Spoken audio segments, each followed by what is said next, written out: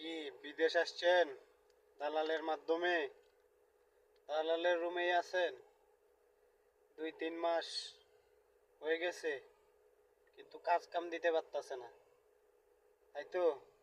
হ্যাঁ, এরকম আপনার মতো অনেকেই আছে। ঠিক আছে, তো এই যে বিষয়টা, কাজ কামের যে এই অবস্থা, এই পরিস্থিতি, সেটা আপনাকে হয়তো দেশে থাকতে অনেকে বলছে, কিন্তু আপনি সেটা বিশ্বাস করেন নাই, চলে আসছেন। এরকম অনেকেই দেশে থাকতে বলে যে পরিস্থিতি ভালো না, কাজ কাম পাওয়া যাচ্ছে না, কিন্তু আপনারা চলে আসেন, কারো কথা শুনেন না। কিন্তু এখানে আসার পর এই এখন যে আনছে, সে যেই হোক, যার মাধ্যমেই আসেন, কিন্তু কাজ দিতে পারতেছে না। আর যেই কাজের কথা বলে আনছে সেই কাজ দিতে পারতেছে না। আপনিও সেই কাজ ছাড়া অন্য কাজ করবেন না, ভালো কথা। এখন রুমে আছেন, এই রুমেই থাকেন ধৈর্য ধরে। কারণ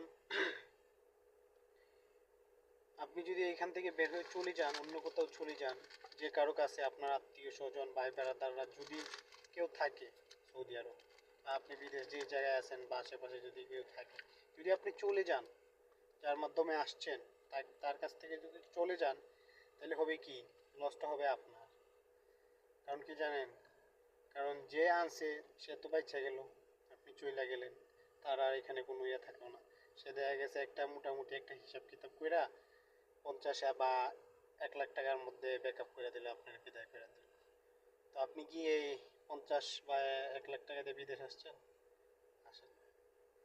ঠিক আছে, তো এইগুলা আসলে বুঝতে হবে। কারণ আপনি যদি, সে যদি আপনাকে একটা কাজ দেয়, 50,000 বা 1 লাখ টাকা ইনকাম করতে আপনার বেশি সময় লাগবে না।